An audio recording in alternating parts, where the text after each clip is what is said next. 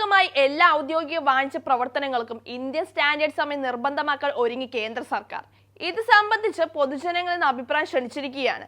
ഈ വരുന്ന ഫെബ്രുവരി 14-നകം അഭിപ്രായം അറിയിക്കാനാണ് നിർദ്ദേശം.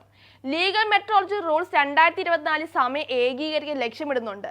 നിയമപരവും ഭരണപരവും വാണിജ്യപരവും ഔദ്യോഗികവുമായ രേഖകളിൽ ഇന്ത്യൻ സ്റ്റാൻഡേർഡ് സമയം നിർബന്ധമാക്കാനാണ് നീക്കം. വാണിജ്യം, ഗതാഗതം, പൊതുഭരണം, നിയമപരമായ കരാറുകൾ, സാമ്പത്തിക പ്രവർത്തനങ്ങൾ എന്നിവ ഉൾപ്പെടെയുള്ള എല്ലാ മേഖലകളിലും ഇന്ത്യൻ സ്റ്റാൻഡേർഡ് സമയം നിർബന്ധമാക്കുമെന്നതാണ് കരട് നിയമത്തിൽ പറയുന്നത്. രാജ്യത്തെ എല്ലാ മുക്കും മൂലയിലും 1 മില്ലി സെക്കൻഡ് പോലും വ്യത്യാസമില്ലാതെ ഇന്ത്യൻ സമയം ഇനി ഏകീകരിക്കപ്പെടും. ഗ്ലോബൽ പൊസിഷനിംഗ് സിസ്റ്റം ഉപഗ്രഹങ്ങളുടെ ശൃംഖല ഉപയോഗിച്ചാണ് ഇത് സാധ്യമാക്കുക. ഫരീദാബാദിൽ ലാബിൽ ലഭിക്കുന്ന Indian standard time Ahmedabad, Bengaluru, Bhubaneswar, Guwahati എന്നിവിടങ്ങളിലെ ആറ്റോമിക് ക്ലോക്കുകളുമായി ഒപ്റ്റിക്കൽ ഫൈബർ ലിങ്ക് ഉപയോഗിച്ച് ബന്ധിപ്പിക്കും. നിലവിൽ ഡിജിറ്റൽ വാച്ചുകൾ, സ്മാർട്ട് ഫോണുകൾ, ലാപ്ടോപ്പുകൾ തുടങ്ങിയവയിൽ കാണിക്കുന്ന സമയം ഇന്റർനെറ്റ് സർവീസ് പ്രൊവൈഡർ വ്യത്യസ്ത സ്രോതസ്സുകളിൽ നിന്ന് ലഭ്യമാക്കുന്നതാണ്. പുതിയ സംവിധാനം നിലവിൽ വരുന്നതോടെ ഇതെല്ലാം ആറ്റോമിക് ക്ലോക്കുകളിലെ കൃത്യമായ ഇന്ത്യൻ സ്റ്റാൻഡേർഡ് ടൈമായി മാറും.